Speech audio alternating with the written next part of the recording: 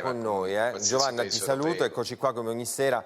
Effettivamente quello che dice il professor Rezza è reale, cioè quello che è stato fatto in Cina non è riproducibile in nessun altro paese, meno che mai occidentale.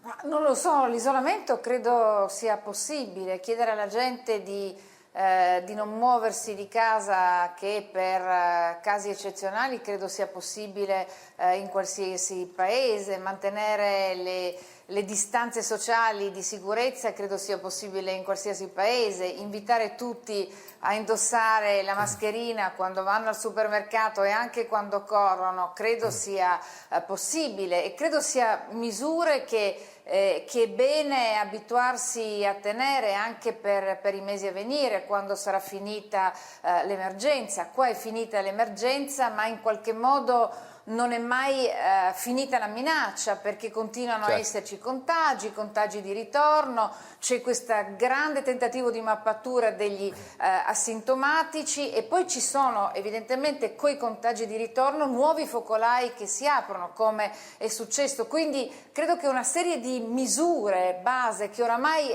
tutti quanti noi stiamo pian piano cominciando, no, a osservare, ad assumere, fanno parte della nostra quotidianità. Io penso che sarà per un bel pezzo che dovremo tenerle. A questo proposito vorrei farvi vedere, in attesa dei dati della Protezione Civile, contributo 23, come sarà l'estate. Guardate.